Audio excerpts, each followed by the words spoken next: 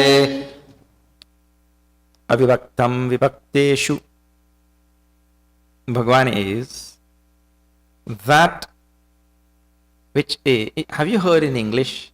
You see, I'm throughout this whole 108 night yagna, I've been telling about so many phrases that we hear in English language, which have their direct origin from the Bhagavad Gita, though people do not give the credit. Have you heard in English language the phrase unity in diversity? Well, this is exactly where it comes from. Avibhaktam vibhakteshu. Vibhakteshu means in the diversity. Vibhakteshu, that is the meaning of the word, the phrase. In the diversity, literally, in the diversity, in the fragmented universe which you see, it is in 7 cases. In locative it is. In that fragmented universe which you see, meaning to say, in the diversity which you see in front of you, he says, I am avibhaktam. I am the undifferentiated, undivided unity. The unity, in other words, in the whole variegated universe. I am that unity.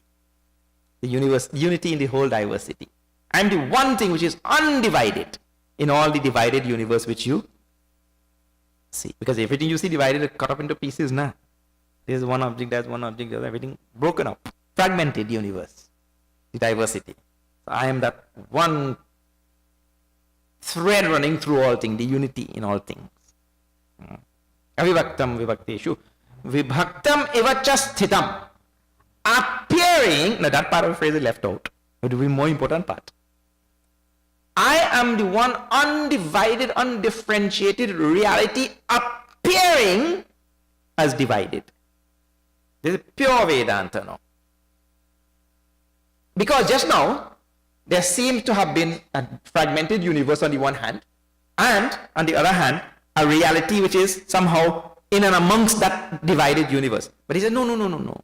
Don't think like that. Vedanta is very strict about these type of things.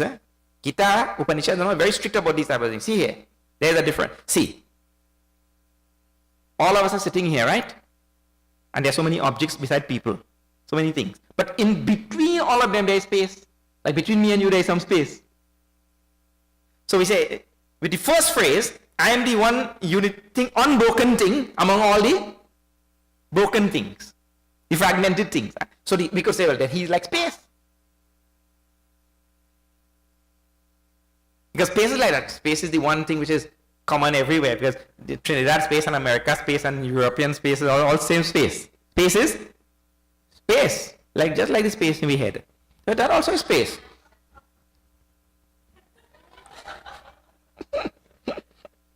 It's still space. So, immediately, to avoid any such misunderstanding, he's saying, in the next phrase, Vibhaktam evacha sthitam.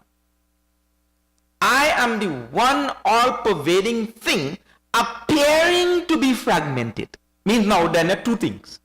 There's only one thing which appears to be eva. Eva means like, as though it is fragmented. It is as though Bhagavan is fragmented into space, air, fire, water, earth, people, objects, tree, ocean, all different things, and planets and stars and constellations, and he fragmented himself into, it is as though he is fragmented. In other words, he's really not fragmented. There's an appearance of fragmentation. All of these ideas are deeply embedded in these verses, which require so much of thinking. Bhuta bhartri cha tajñeyam gharsishnu prabha vishnu cha.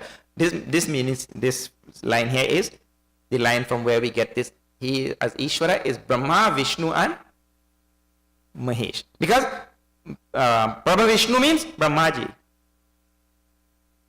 Prabha Vishnu. How? He's the one who manifests all things. Bring all things into manifestation.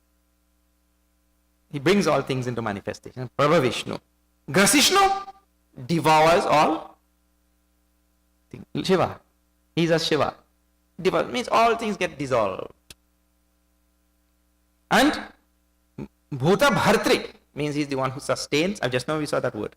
Bhartri. He is sustainer, supporter of all things. Vishnu, Lord Vishnu. So in this line, is this the praman for that here all the time? Brahma, Vishnu, Mahesh. Tulsidas, she also talks about it all the time. Oh, we chanted the next verse already. Jyotisham apitat jyotihi. Tamasa paramuchyate jnanam nyayam jnanagamyam hridi sarvasya vishtitam. Means Jyotisham apitat jyoti. He is the light of all light. Means the brightest light we know is the sun. The brightest light we know is the sun. But see, if you just look at the phrase a little bit, the brightest light we know.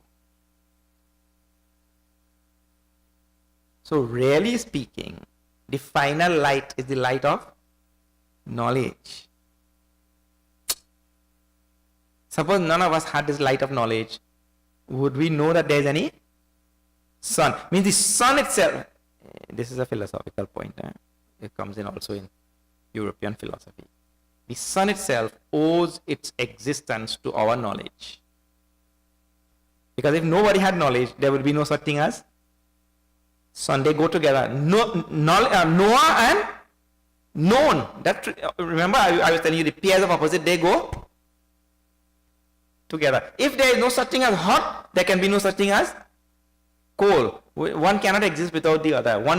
They are interdependent. So Noah and known are also interdependent. So if there were no Noah, there will be no known. You can't minus that from the pairs of opposite also. So now, the ultimate Noah is the light of consciousness. So there is a light of all lights. Jyotisham apitat jyotihi. The ultimate Noah in all of us is the light of consciousness. Tamasa paramuchyate, beyond all tamas, all darkness of ignorance. That light. It is jnanam. This word is taken from the Taittiriya Upanishad. Brahman, the absolute reality, God is called as jnanam. He is called as knowledge, pure knowledge. Means pure awareness, pure consciousness. All of these mean the same thing. Satyam jnanam anantam brahma. There it is said. Is Satyam, is jnanam, is anantam, is Brahma. All those names are given. Here also is jnanam. Reality is called as jnanam. Knowledge, pure knowledge, per se, not knowledge of something. It is a knowledge, I have knowledge of this book.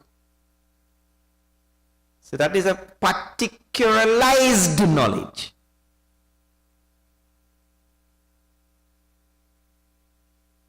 Acha, see here. I have knowledge of book. Take away a book. I have knowledge of empty hand. Take away empty hand. I have knowledge of the light which is here. Close your eyes. Does it mean to say that my knowledge has gone away? I still have knowledge, just knowledge of nothing. So that's called knowledge per se. Means knowledge of the absence of things. Do I know or not? I still know of the absence of things. But in the first part of the sentence, I still know. It's just I don't know anything in particular. That is called knowing per se. Knowledge per se. Like that. You have to think along that line. They call it jnanam. Reality. Jnayam. Jnayam means what ought to be just the same word coming back now 3 times. Jnayam. That is the thing for us to know means to be. Is jnayam. Is jnanagamyam. Now see, this is at the relative. All this Gita study which we are doing is to do what? To know that reality. To become that reality. So that reality is called jnanagamya. Means he is the thing to be acquired through all of this knowledge which you are studying. That is called jnanagamya. To be known through jnana, through knowledge. Means through the acquisition of knowledge like this. We are acquiring knowledge now. So this is knowledge at the relative level. So through the acquisition of this type of knowledge, He is the thing that will be reached. He calls it Jnana Gamyam. Hridi Sarvasya Vishtitam. He is there at the heart.